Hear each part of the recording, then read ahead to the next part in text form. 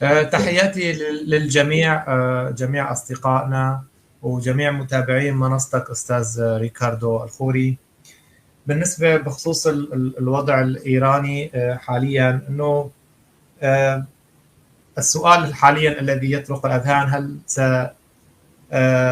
سيكون هناك اتفاق بين واشنطن وطهران؟ وهو الحدث الأبرز الذي يظهر على جميع شاشات الأخبار، واقتراب الاتفاق ما بين الولايات المتحدة الأمريكية وإيران قد يخفف من حدة المواجهات. لكن هذا لا يعني أن الاتفاق سيتم بالصورة التي يأملها الطرفان. هناك ملفات عالقة وستبقى عالقة، ما يتعلق بملف التخصيب والملف النووي، وكذلك الوساطة القطرية التي كانت قائمة ما بين الطرفين. بالنسبة لي أنا أرى أن هناك تيار، حسب ما أرى في نتيجة آراء بعض المحللين الغربيين، ثمة آراء تقول أن الطرفان الولايات المتحدة الأمريكية وكذلك إيران منهكان من الناحية الاقتصادية والعسكرية، ويريدان تجنب بعضهما.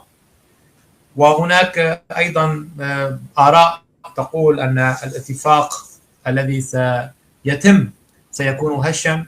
بالنسبة للوضع الإيراني والأمريكي في اتفاق حالي، نحن بنتابعه هذا الاتفاق، بس هذا الاتفاق ما راح يكون اتفاق كامل، وما راح يكون شامل، ما راح يكون بحدود المتوقع. الملف الأبرز أو العالق هو ملف التخصيب وملف النووي. يعني إيران مستحيل تتخلى عن هذا الحلم، حلم أنه تمتلك سلاح نووي. عندها اعتبارات كثيرة، يعني منها ما يتعلق بوجودها كقوة بالشرق الأوسط. فإذا ركعت إيران أو استسلمت وأذعنت للشروط الأمريكية أو الإسرائيلية على طريقتهم، فهذا يعني استسلام تام ولا مجال للعودة كقوة في المستقبل. طبعا مشروع أو ولاية الفقيه هو مشروع عقائدي، ودائما الأحزاب أو التيارات العقائدية لا تمتلك تلك البراغماتية أو تلك المرونة التي تتحلى بها مثلا تركيا. تركيا هي عضوة في الناتو، صحيح أنها أحيانا تقوم ببعض التصريحات الغوغائية أو العاطفية، وهي تصريحات للاستهلاك الإعلامي أو لإرضاء الرأي العام الشعبي، لكنها لا تسير كما تسير إيران عادة. دائما تركيا تفهم أن لحم أكتافها من خير الناتو وأوروبا وأمريكا. لهذا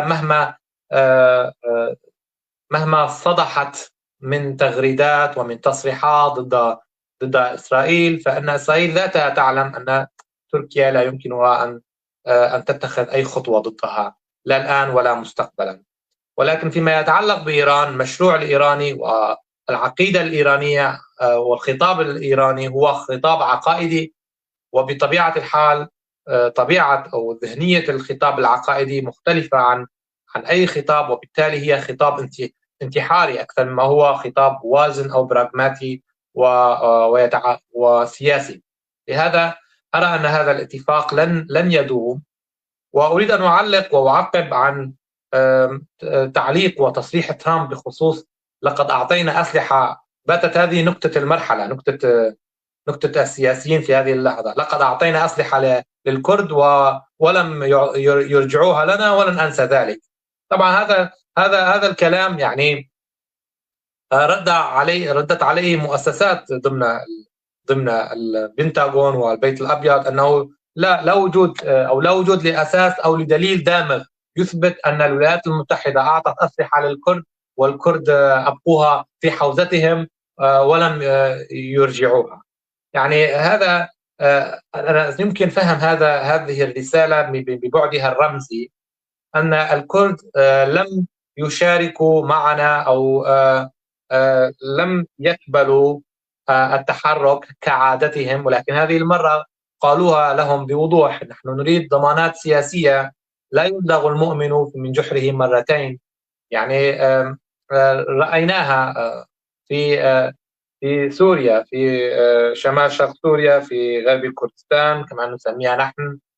الاتفاق أو لم يكن ثمة أي ضمانات سياسية ما بيننا والولايات المتحدة الأمريكية والتحالف الدولي، وبالتالي عدم وجود أي ضمانات سياسية يعني أن بمجرد أن تنتهي المصلحة الأمريكية يبقى الكرد كما قيل لا أصدقاء سوى الجبال بمفردها. لكن هذه المرة بشأن الإيراني الكرد قالوها بوضوح للولايات المتحدة الأمريكية: لن ننخرط في أي مواجهة برية مع إيران ما لم نحصل على ضمانات سياسية مشروعة تماما، تتعلق بطوي صفحة النظم المركزية أو النظم القمعية والاستبداد، وإقامة ميثاق حقيقي يشعرنا بأننا مواطنون حقيقيون متساوون في الدستور في إيران. هذا ما لم يحدث. لهذا الأحزاب الكردية وقعت على ميثاق وحدة وقالت بوضوح أن لا تحرك بري ضد إيران دون وجود ضمانات سياسية، دون وجود ما يمكن التحدث عنه ما بعد سقوط النظام الإيراني. هكذا يمكن أن أوجز المرحلة. باعتقادي الشخصي هذا الاتفاق سيكون مؤقتا وهشا، ولا أجزم بعدم عودة الاشتباكات أو عودة النزاع القديم الجديد بين الولايات المتحدة الأمريكية وإسرائيل. فإن كانت أمريكا سترضى مرحليا بهذا الاتفاق فإسرائيل لم ترضى. إسرائيل لا ترضى بكل ما خطط له أمريكيا في المنطقة، سواء في سوريا أو في إيران. صحيح أنه تم إضعاف حزب الله وشل حركته وإضعاف حماس وشل حركتها، إلا أن ذلك لا يعني إنهاء جذر المشكلة. أساس المشكلة هو نظام ولاية الفقيه. أساس المشكلة العقلية التي بنيت عليها إيران بعد سقوط الشعب. نعم. طيب، السؤال اللي صار بالشيخ مقصود، هل أثر على موقف الكرد بإيران؟ بطبيعة الحال نعم. ما حدث في الشيخ مقصود، ما حدث بالغدر الذي لقيته قوى سوريا الديمقراطية في جبهة دير حافر، واستشهاد الآلاف وأسر الآلاف أيضا، يعني حصيلة كبيرة حتى الآن لا نعلم، لا توجد إحصائيات أو إحصائيات تتكتم عليها إدارة قوى سوريا الديمقراطية لأسباب تتعلق ربما بشعبيتها، إلا أننا تعرضنا لانتكاسة كبيرة في الشيخ مقصود وكذلك في جبهة دير حافر.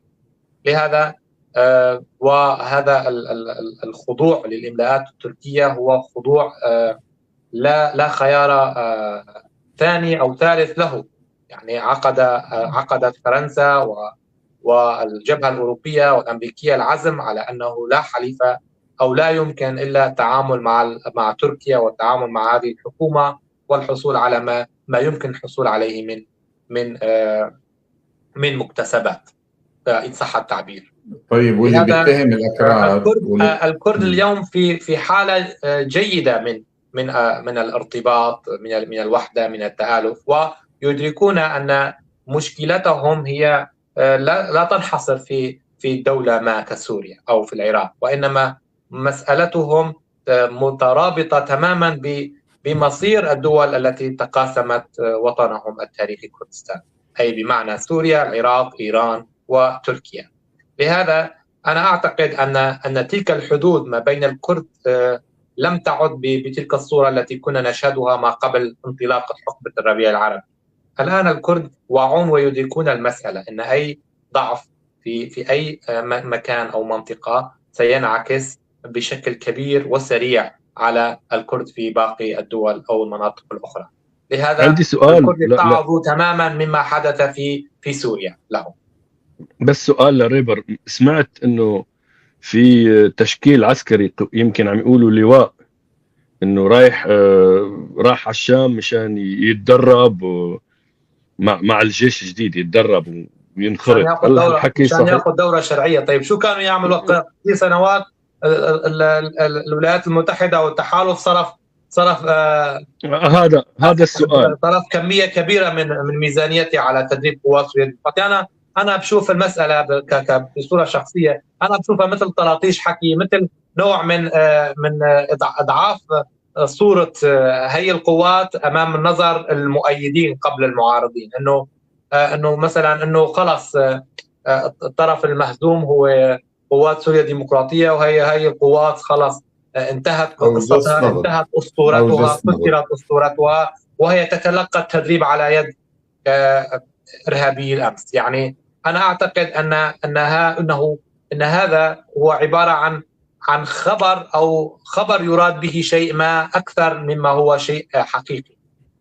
انا اعتقد هلا سؤال. ان هذا الذهاب والاياب بين دمشق وقامشق هو شيء طبيعي طالما هم جالسين على طاولة ما يسمى الدمج أو الاندماج. فسنشهد ذهابا وإيابا، وسنشهد ما يسمى بوجود دورات وتدريبات وإلى آخره. يعني أنا لا أعتقد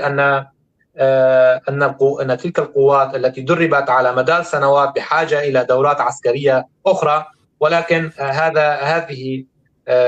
هذه تعد جزء من خطة الأخبار المسيسة التي يراد بها إرسال رسائل للمحيط أن الأمور على ما يرام، وأن الطرفين متوافقان، وأن ما يحدث الآن من أجل كسب رضا حاشية توم براك ورعاة الاندماج، أن الأمور بخير، وأن الطرفان يقومان بحل مشاكلهما، وأن لا مشاكل ستحدث في المستقبل القريب. سؤال لكن بالنسبة لنا نحن ندرك أن ليس كل ما يقال كخبر هو الهدف منه هو الخبر حقيقي، هو غاية منه إرسال رسائل أو جس نبض. يعني هلا عندي سؤال لك أخ ريبر. ذكر دكتور روني بإحدى مقابلاته مع كمال بكور انه لما اجتمعوا توم براك بكردستان العراق مع مظلوم عبدي طلبوا انه الكرد يطلعوا من سوريا. هل هذا صحيح؟ مو بس ينسحبوا من دير الزور والرقة، انه ايضا يطلعوا من الحسكة والقامشتي وتم رفض الطلب؟ هل هذا صحيح؟ هذا خبر غير منطقي وغير صريح، غير منطقي. وانا ما سمعت، ولا حدا من الكرد سمع بهذا الخبر. ما بعرف. يعني هي يعني احيانا بعض جماعه التيك توكر يعني ما بيعرفوا كيف بدهم يحصدوا ترندات او يعملوا ترند او شغلات، بيجيبوا شغلات يعني مو موجوده، يعني ما في اي دليل او ما في اي شيء حكى عن هي المساله. وهي المساله منطقيا غير معقوله. ما ممكن تطالب الكرد انه يطلعوا من اماكنهم. وين بدهم يطلعوا؟ بده يروحوا على المريخ على اساس يروحوا على كردستان العراق، والبرزاني وقتها وقفهم، يعني حكى مع امريكا. يعني هذا اللي حكوه. يعني فانا عم بسال عن صحه الموضوع، لانه هيك شيء يعني انت لا يمكن توثق باي دوله. يعني بالنهايه الكرد كانوا مدعومين من امريكا وعلى اساس انه هن شيء قوي وعلاقه قويه والى اخره. فانه ينطلب من الكرد بشكل كامل انه طلعوا من سوريا وروحوا على كردستان العراق، والبرزاني هو اللي رفض هيدا الشيء. انا هذا اللي حكيته وذكرت لك اللي سمعته، وهذا ذكرت لك الاسماء لانه فعلا دهشت انه لا يمكن الوثوق باي حدا ولا شيء الا الشعب نفسه هو اللي لازم فعلا هو ياخذ حقه بايده. لانه هذا الخبر هذا مو خبر، هذا غير صحيح جمله وتفصيلا. انا هلا عم بسمع منك، يعني ما في هيك شيء ابدا. يعني مستحيل انه يعني هذا مو خبر. يعني هي جمله من الحرب النفسيه احيانا تمارس تمارس على فئة معينة أو مكون معين، والغاية منه يعني رسائل هزيمة، يعني رسائل تشعرك أنه الطرف هذا مهزوم كامل وسلم كل أوراقه. بس هذا الشيء غير صحيح. مثلا في لقاء جرى بين مظلوم عبدي و نيتشيرفان بارزاني بحضور القنصل الإيطالي، السفير الإيطالي، وحاليا عم يتم ترتيب لقاء ما بين مظلوم عبدي والسيد رئيس مسعود بارزاني رئيس الحزب الديمقراطي الكردستاني، وكمان بوجود توم براك. يعني احيانا هناك طبخه غير مستويه عم تنطبخ، يعني في شيء عم ينطبخ نحن ما بنعرفه. طبعا قيادات في بعض اشياء يعني لا يمكن قولها للشعب او للقاعده الجماهيريه. في امور ما لم تنجلي لا يمكن ان تسمح القيادات ان يتم نشر هذا الخبر في الاعلام عبر وسائل الاعلام. لكن كما قلنا يعني ثمة أشياء تتحضر للمنطقة، لكن الشعب آخر من يعلم. ولهذا نرى في مجتمع السوشيال ميديا في التيك توك يعني يتم نشر الشائعات وكأنها أخبار، وهذا ما يجب أن نحذر منه. يعني لا يمكن أن نستند في نقاشنا على شيء على شائعة تسمى مجازا خبر، لأن هذا الخبر طالما لم تتداوله وسائل الإعلام بكثرة، وسائل الإعلام المرئية بكثرة الرسمية طبعا، فلا يمكن بناء رأي أو تكوين رأي عليه مثلا. طيب ريبر، شو رأيك بالقول اللي بيقول إنه من البداية الأكراد ارتكبوا خطأ إنه ما حطوا نفسهم بديل لجبهة النصرة؟ لو كانوا الأكراد من البداية موافقين إنه يحاربوا الحشد الشعبي ويكونوا يد أمريكا الضاربة القادمة، لربما ما بعرف كانوا اليوم هني في دمشق. شو رأيك بهالكلام؟ هاي مقولة متداولة يعني. هذا مو صحيح، لأنه من بدايات 2013 ولغاية ما قبل سقوط نظام بشار الكل كانوا مشغولين بحرب مع داعش، وهي حرب ما كانت تتوقف. يعني الكرد على أي جبهة كمان بدهم لازم يحاربوا. جبهة داعش كانت كبرى الجبهات سواء في سوريا أو في العراق.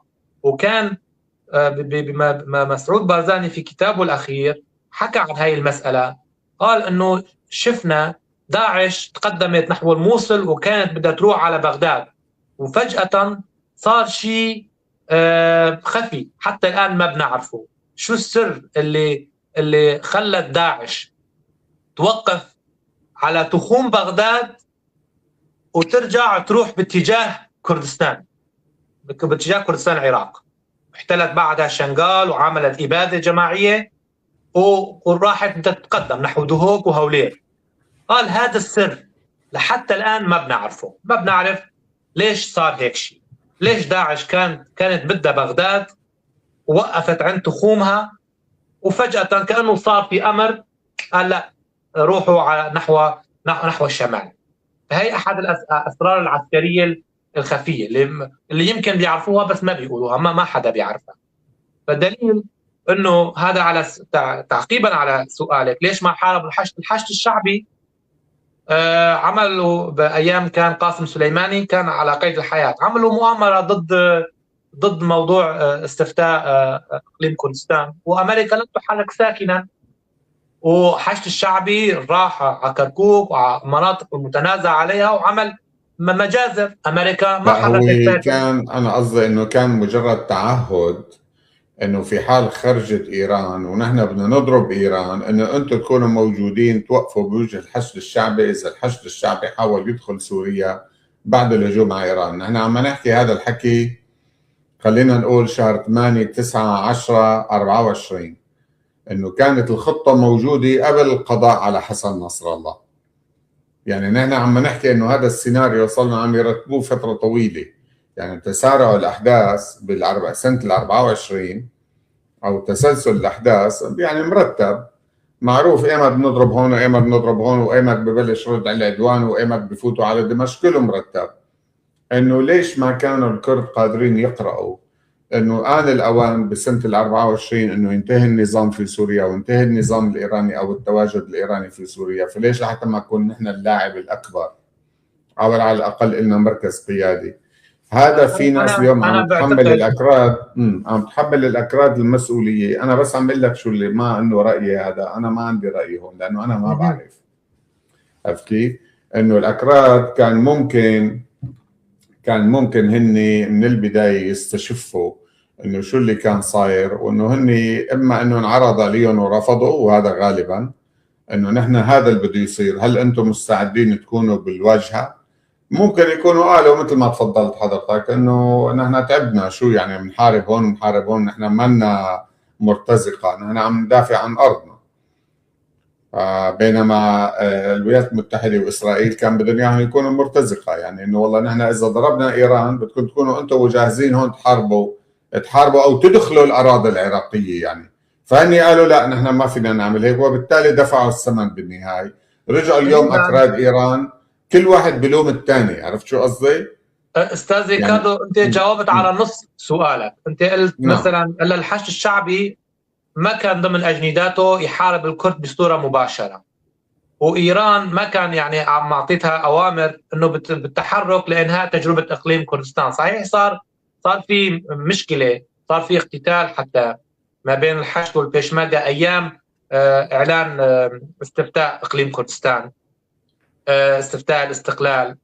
بس ما بعد ذلك الحشد ما تدخل، لا كان ضمن اجندات ايران وكلاء انهم يحاربوا الكرد ما كانوا خطر.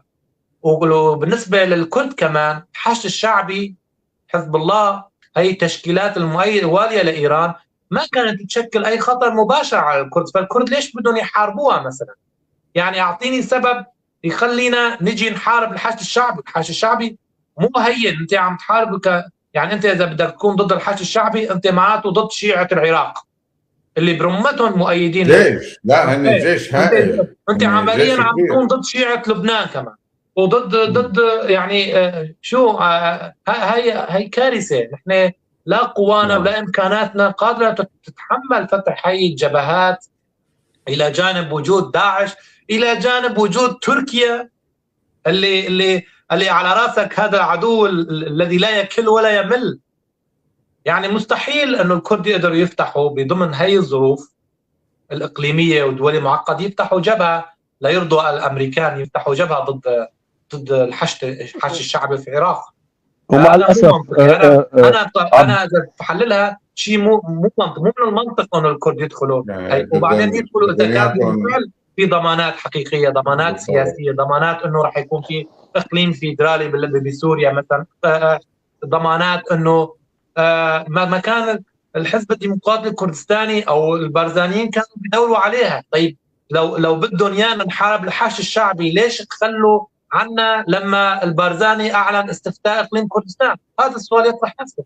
هذا السؤال اذا قدرت تجاوب عليه بحرفيه فهو جواب عن سؤالك هذا، انه ليش، انه اذا كان هذا تسريب صحيح، اذا هذا الخبر صحيح يعني، فاكبر الجواب انه الكرد كانوا مستعدين باقليم كردستان على الاقل، يعني اذا قدم لهم ضمانات بانه حيكون في استقلال لاقليم كردستان، بهذاك الوقت علاقات يمكن حتى هذا الوقت متوتره ما بين بغداد وهولير، ما كانوا يدفعوا رواتب، كانت الموظفين تقريبا يموتون جوعا، يعني بدهم رواتبهم وما كانت، يعني كانت بغداد ما كانت تبعت رواتب، يعني بالعكس كان هذاك فرصه متاحه لاقليم كردستان العراق انه يستقل، بس عدم وجود ظهر من قبل الامريكان، لا يوجد ضوء اخضر من قبل الامريكيين والاوروبيين، ولهيك هي التجربه فشلت، انهارت.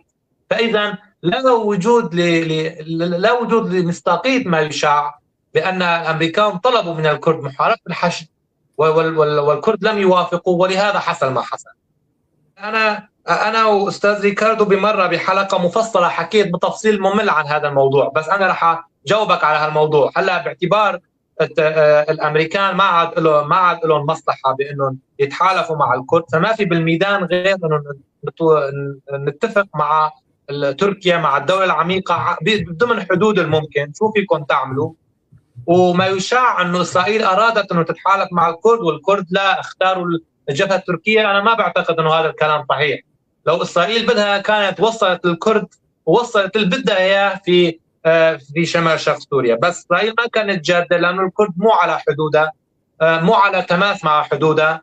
هلا بالنسبه لا حتى الدروز مو مهمين، بس المشكله اللي كاسرت ظهر اسرائيل انه في نسبه دروز بالجيش الاسرائيلي موجودين باسرائيل، فمشان هيك مشان ما تخسر قاعدتها ضمن الدروز في اسرائيل، فاضطرت انه تتواصل مع دروز سوريا او تحميهم ما بعد صدور ما بعد قتل اكثر من 2000 درزي يعني في ابادتهم في السويداء. يعني لو كانت اسرائيل اصلا مع دروز سوريا كانت تحركت اصلا قبل وقف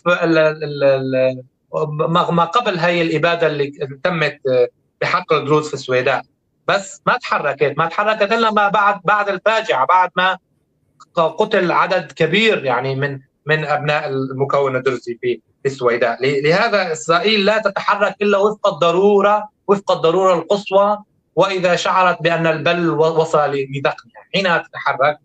لهذا ارادت ايضا ان تستفيد مما حدث مع الدروز، بمعنى ان تبني لها شريط او مثل ممر او منطقه امنه تفصل بينها وبين حكومه الجولاني. ما في اي تقارب باللغه ما بين الفارسي والكردي. مثلا نحن بنفهم مع بعض بس اذا قالوا ايام الاسبوع او الارقام، بعض الارقام، فيما عداه يعني الفرق بين اللغه الفارسيه واللغه الكرديه هو الفرق ما بين الهولنديه والالمانيه. في بعض التشابه ما بين التشابه باللكنه او تشابه بالرائحه، ولكن مختلفه. طبعا اكيد اللغه الفارسيه والافغانيه والباكستانيه او قسم من اللغه الهنديه، بعض اقسام اللغه الهنديه هي بالاصل قديما هي من احد فروع اللغات الهندو اوروبيه، ولكن مع مرور الزمن بمرور آلاف السنين تفرعت هذه الشجرة وأصبحت كل فرع من العرق الهندو أوروبي أصبح لغة مستقلة عن الأخرى. نعم. أوكي. أنا بس حبيت أسأل، أنا فكرت إنه مثل الكردي والكرمنجي مثلا يعني. لا أبدا، ما في أي تشابه ما بين اللغتين يعني. باعتقادي إنه مأساة السوريين بشكل عام بعد سقوط النظام الاستبدادي هذا اللي استمر بعقود ما راح يحل بهي الفترة ولا بالفترات القادمة. يعني الموضوع موضوع انه الشعوب تشربت ذهنيه هي النظم القمعيه، صعب انه هيك يعني مثل ابره الاسبرين انه يصحى اليوم الثاني السوري على الديمقراطيه والمواطنه. هذا الموضوع بده وقت كثير يعني. النظم الاستبداديه اللي كان شغلتها وعملتها تعمل فتن بين هي المكونات حتى ابدا بيوم من الايام ما تكون وحده او ما تبني دوله حقيقيه. يعني مثلا تجربه الاوروبيين بعد الحربين العالميه الاولى والثانيه، بعد كل هذا القتل بالالاف والحروب الاهليه بالالاف اللي سقطوا، بعدين طووا صفحه الماضي ببساطه وقالوا نبدا بمبدا التسامح، وصار فيما بعد شيء اسمه اتحاد اوروبي، وازيلت تقريبا الحدود القوميه والمركزيه بين هذه الدول. طيب السؤال الذي يطرح نفسه بالشرق الاوسط، هذا الشيء مو ممكن؟ هذا الشيء ممكن، ولكن في جمله عوامل داخليه وخارجيه تمنع من ان يكون الشرق الاوسط نموذج عن اتحاد اوروبي قادم. لانه نحن كمان كشرق اوسط ما عملنا حروب عالميه اولى وثانيه بين بعضنا البعض، وما راح ضحايا بالملايين بين بعضنا البعض. معناته امكانيه التعايش او امكانيه نطوي الماضي قابله اكثر من النموذج الاوروبي اللي كان قائم على انه كانت الدول الاوروبيه عباره عن دول صناعيه تتنافس فيما بينها، وصار في سباق تسلح بين هي الدول بعد عصر الانوار اللي صار باوروبا، وعصر انه خلص هم عملوا حطوا حد بين رجال الكنيسه، وطبعا بفضل المعرفيين الاوروبيين. هذا على مستوى الشرق الاوسط يعني في قابليه، في امكانيه للتعايش، في امكانيه لو نشوف نموذجات دول اتحاديه متماسكه، ولكن هذا الشيء مرتبط بجملة عناصر داخلية وخارجية، والعنصر الخارجي كمان متحكم بالموضوع. يعني نحن ما فينا نقول انه نحط الحق كله علينا نحن كشعوب. نحن شعوب متعبة، شعوب تواقع انه تعيش حياة حرة، حياة آمنة، انه كل مكون او كل مكون عرقي يتمتع بحريته، سواء ضمن نظام فيدرالي او نظام شبه فيدرالي او حكم ذاتي او كونفدرالي او حتى دولة مستقلة، يعني دول مستقلة. المهم انه يتجاوزوا هاي الحقبة. حتى تتجاوز هاي الحقبة المفروض تتوفر عوامل داخلية وخارجية تساعد على طوي هذه الصفحة. يعني للأسف نحن بعد هاي الثورات بحاجة لثورات مضادة، بحاجة إلى ثورات تنويرية تتم بالمواكبة مع الثورات المسلحة. يعني موضوع ما يحدث في الساحة العلوية أو في الساحة الشامية دمشقية، موضوع أن تكون تلك المقاطعات الشعبية ناجعة، لا أرى أنها تأتي أكلها طالما هناك شرعنة أوروبية أمريكية لهذه الحكومة. ولكن نأمل بنشر الوعي ما بين السوريين، نشر التنوير، قيم التنوير ما بين السوريين في هذه المرحلة. نأمل الاستفادة من تجارب الدول التي كانت تعاني من حروب أهلية كبيرة وتخطت هذه التجارب. نأمل من أن يقف الساسة في المستقبل حول إمكانية توقيع على ميثاق اجتماعي حقيقي يكفله القانون، الدستور تماما. ما لم يوجد عقد اجتماعي يكفله الدستور بالقانون ما بين المكونات السورية، لا يمكن أن نشهد النور ولا يمكن نشهد التغيير الحقيقي. يعني وفق بعض التحليلات أو بعض المقابلات أن هذه السلطة، سلطة القاعدة، لن تدوم طويلا، وأنه ستأتي بالضرورة سلطة علمانية محايدة. لكن علينا أن نهيئ لهذه السلطة، بمعنى علينا كمثقفين أو كمتنورين أو كمتابعين للشأن السوري، باعتبار سوريا هي وطننا، أن نسرع من هذه العملية. يعني معارضي نظام بشار كانوا يتحدثون عن دستور قبل أن يسقط نظام بشار الأسد. علينا نحن أيضا أن نتحدث عن سوريا ما بعد الجولاني، لأن نظام الجولاني لن يبقى، وبهذا علينا نحن أن نمسك زمام هذه المسؤولية الأخلاقية والوطنية، وأن نقول ماذا ما بعد الجولاني.